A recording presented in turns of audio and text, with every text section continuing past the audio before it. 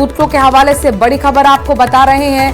High level meeting खत्म हुई और इसी को लेकर बड़ा अपडेट सामने आया है। सूत्र हमारे क्या बता रहे हैं, देखिए सूत्र बता रहे हैं कि प्रधानमंत्री का आतंकवाद को करारी चोट पहुंचाने का जो संकल्प है उसके लिए वो प्रतिबद्ध हैं और पीएम ने तीनों सेनाओं को एक्शन की पूरी छूट दे दी है। ये बहुत बड़ी जानकारी निकल कर आ रही है, बहुत बड़ी खबर कही जा सकती है। हाई लेवल मीटिंग पिछले 1.5 घंटे से चल रही थी जो खत्म हुई है। सूत्रों के हवाले से बड़ी खबर यह है कि प्रधानमंत्री का आतंकवाद को करारी चोट पहुंचाने का संकल्प देखिए किस तरीके से आगे बढ़ रहा है। खुद प्रधानमंत्री नरेंद्र मोदी ने तीनों सेनाओं को एक्शन की पूरी छूट दे दी है।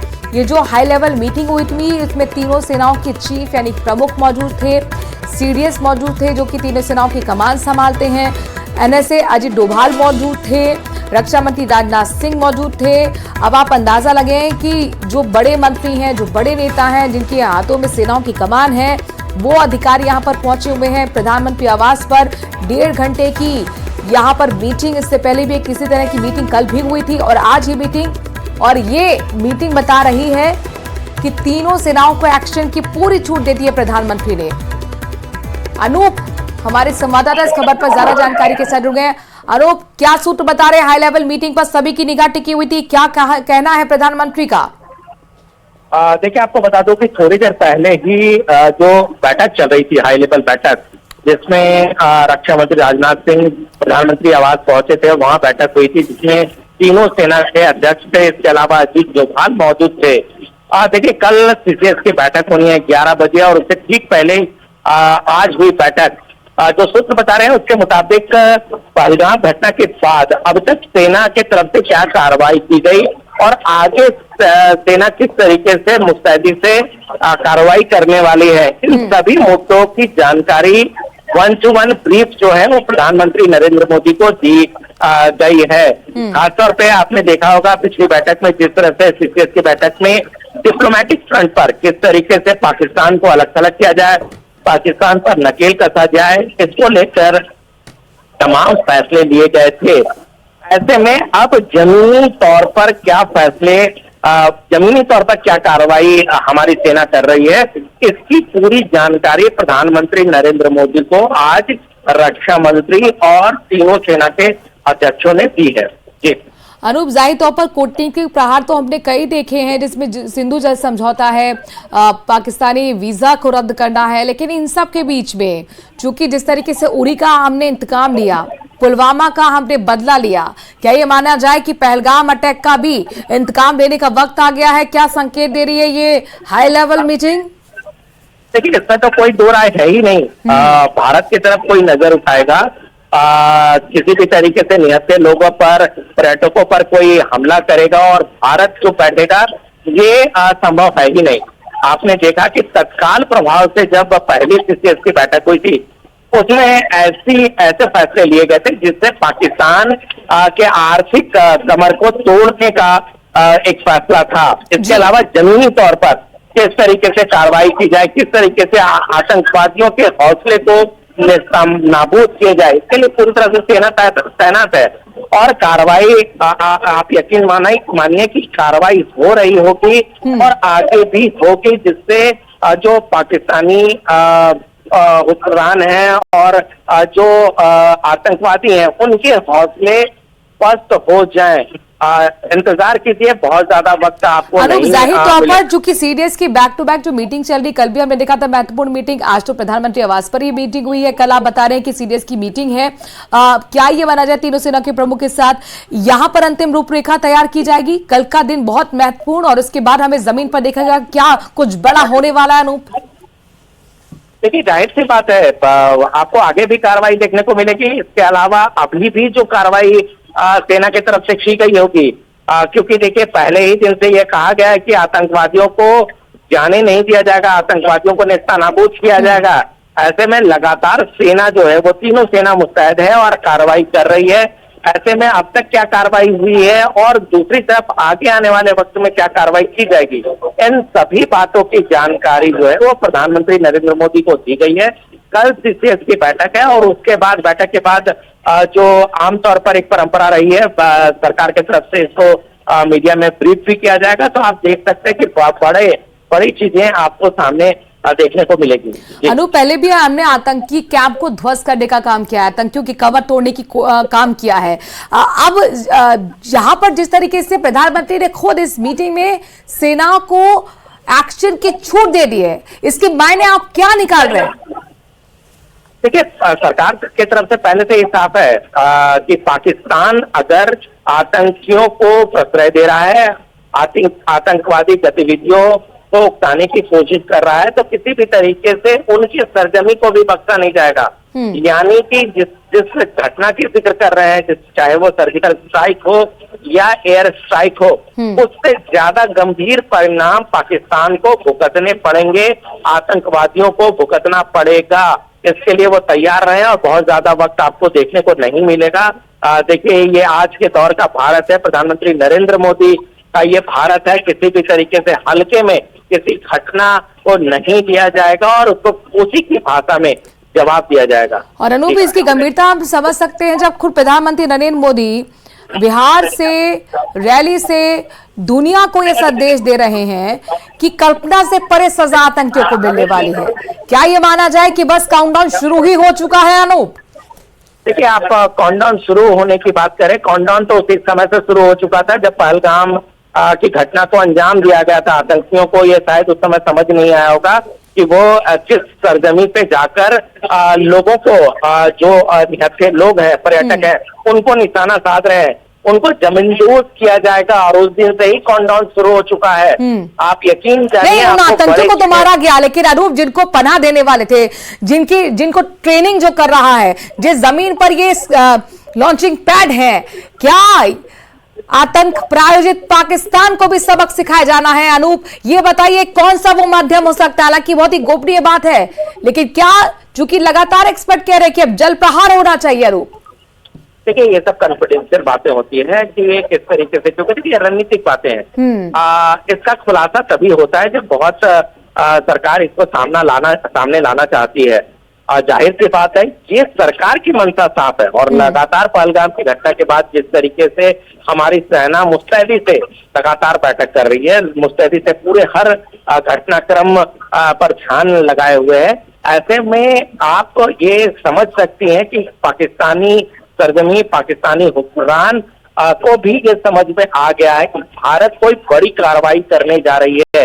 आपने देखा होगा इससे पहले, चाहे उरी का सर्जिकल स्ट्राइक हो या इसके अलावा जो एयर स्ट्राइक हो, उससे भी घातक, उससे भी गंभीर परिणाम इस बार पाकिस्तानी और आतंकवादी जो यहाँ पर सरजमी पे आतंकवादी गतिविधियों को उकसा रहे हैं, उनको भुगतना पड़ेगा। आप यकीन जानिए। यानी कुल मिलाकर आतंक के खिलाफ जो ऑपरेशन चल रहा है और भविष्य की रणनीति पर गहन विचार विमर्श इस वक्त किया गया है।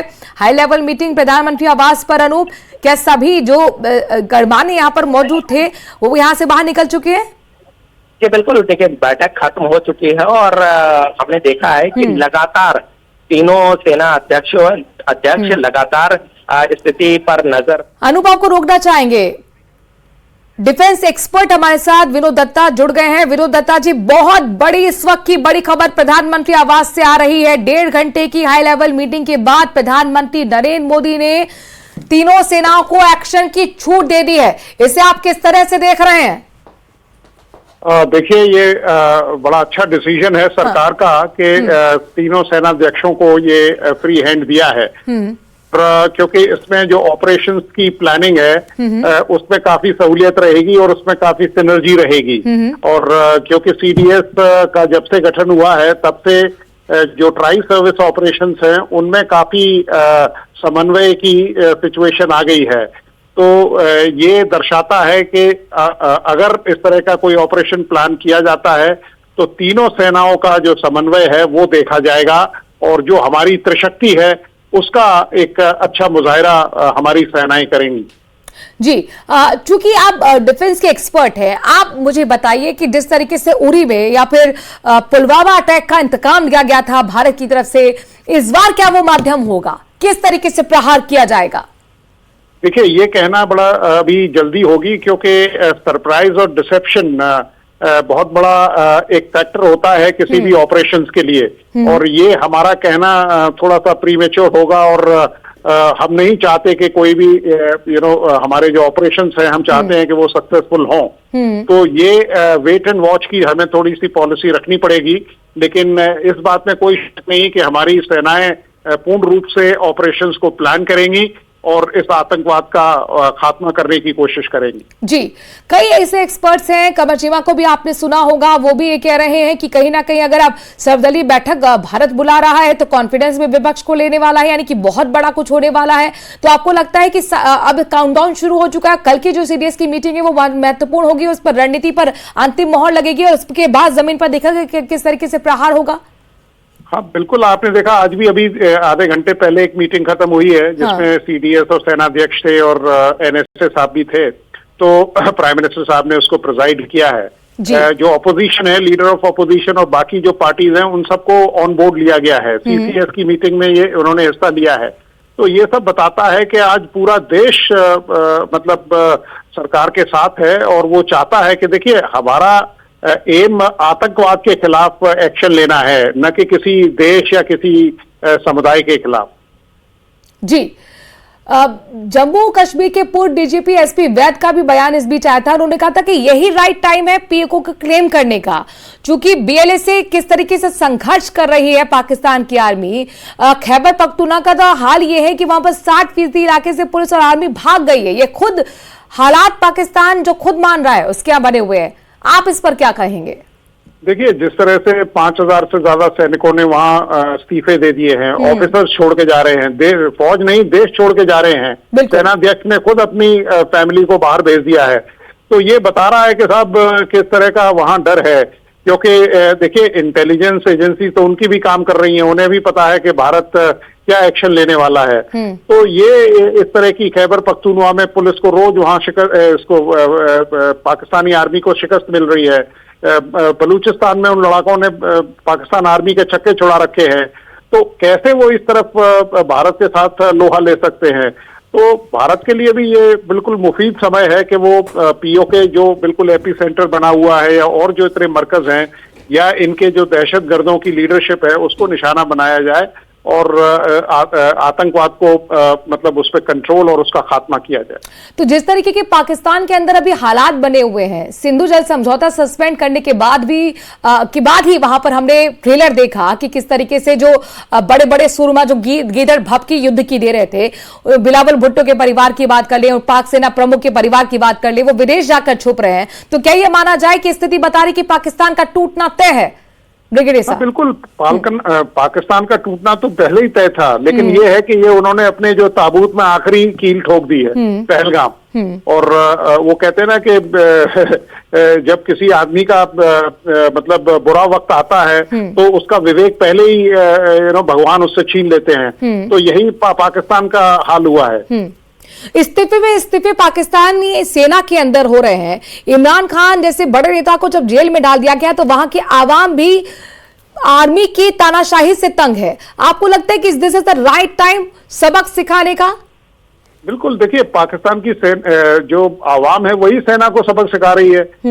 मैंने तो कभी 75 साल या 77 साल के इतिहास में पाकिस्तान में देखा नहीं कि साहब किसी कोर कमांडर के घर पे हमला किया जाए, जनरल हेडक्वार्टर जीएचक्यू हेडक्वार्टर पे हमला किया जाए, सेना को खदेड़ा जाए। तो ये बताती है कि सेना की वहां कितनी पतली हालत है। और जब अंतर्राष्ट्रीय मंच पर वहां के रक्षा मंत्री खुद ये स्वीकार करते हैं कि दशकों से हम आतंकियों को पालते पोसते आए हैं, तो एक्सपोज तो वो खुद ही हो चुके हैं ब्रिगेडियर साहब। बिल्कुल, आप इससे बड़ा सबूत क्या चाहिए? परवेज मुशर्रफ का वीडियो है यूट्यूब पे उपलब्ध है, जो ये कह रहे हैं कि हमारे जाबाज हैं, हम इनको तैयार करते हैं। तो जब एक राष्ट्राध्यक्ष और जो सेनाध्यक्ष था वो अगर ये इस बातों को कबूल कर रहा है तो इससे ज्यादा और सबूत क्या चाहिए? अभी करेंटली उनके रक्षा मंत्री ने भी कबूल किया है ब्रिटिश मीडिया को इंटरव्यू में। बिल्कुल अंग्रेजी में बोल रहे थे जब वो। जी बिल्कुल। अब ये मुझे समझाइए, चूंकि आप इस चीज की बारीकी को समझते होंगे, कल सीडीएस की मीटिंग होगी, वो कितनी महत्वपूर्ण रहने वाली है भारत के लिहाज से, भारत के नागरिकों के लिहाज से, जिनके अंदर आग की ज्वाला भड़क रही है, जो चाहते हैं कि आतंकियों को इस बार ऐसा सबक सिखाया जाए कि वो दोबारा मुड़कर भारत की सरजमी की तरफ ना देख पाए। देखिए, भारतीय सेना या सशस्त्र सेनाएं हमेशा तैयार रहती हैं, केवल हमें एक पॉलिटिकल क्लियरेंस की जरूरत होती है। और भारतीय और कैसे उस ऑपरेशन को प्लान किया जाएगा वो मतलब उस पे एग्जीक्यूशन केवल डिपेंड करता है।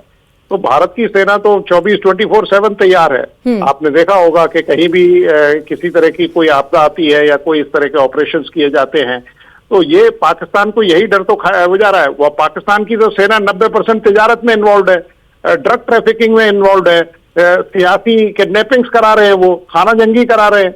तो जो सेना इन चीजों में लिप्त होगी, क्या वो बंदूक चला सकती है? क्या वो गोला बारूद वो कर सकती है? लेकिन परमाणु युद्ध की तो धमकी दी जा रही है उनकी तरफ से। परमाणु युद्ध कोई इतना आसान नहीं है। अगर वो ये सोच रहे हैं कि परमाणु युद्ध वो शुरू करके हम चुप बैठे रहेंगे, तो ये उनकी गलत फहमी है। बिलावल भुट्टो को आपने